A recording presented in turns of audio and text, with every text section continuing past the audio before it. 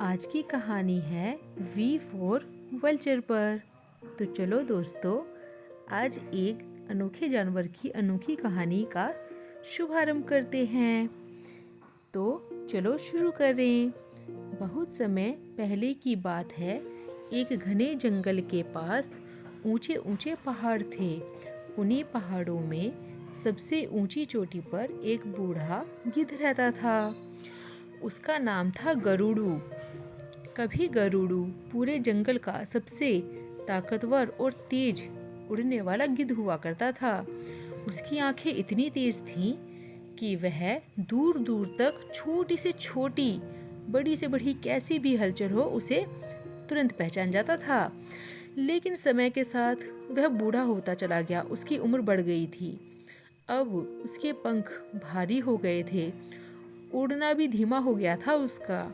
जंगल के बाकी पक्षी जैसे कि तोता, मैना, कछुआ, कौवे, कबूतर सब उसे देख देख करके हंसते थे। देखो, यह तो अब बस बैठकर पहरा देता है, बस धूप ही सेक सकता है। ये तो इससे तो हम ज़्यादा तेज उड़ सकते हैं।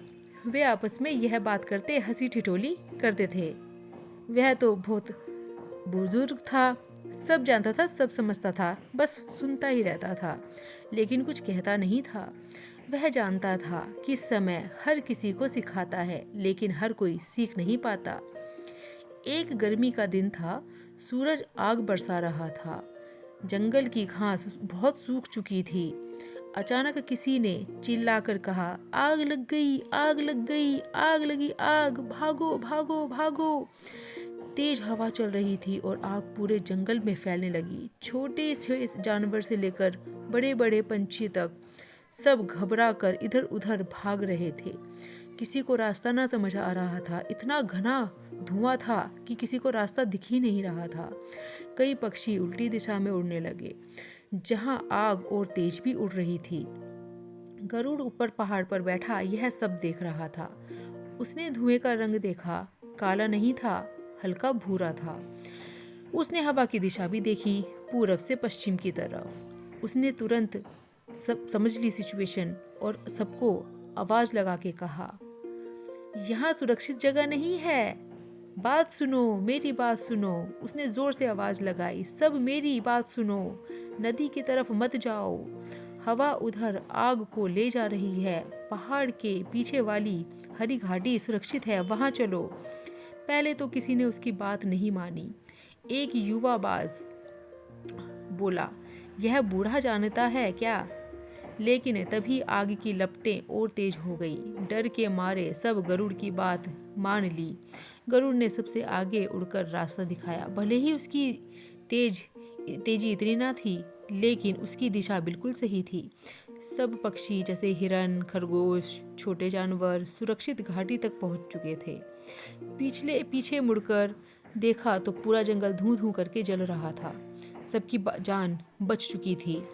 तभी वही बाज जिसने गरुड़ का मजाक उड़ाया था पास आया और बोला, हमें माफ कर दो, हमने तुम्हें कमजोर समझा, लेकिन तुम ही सबसे समझदार निकले।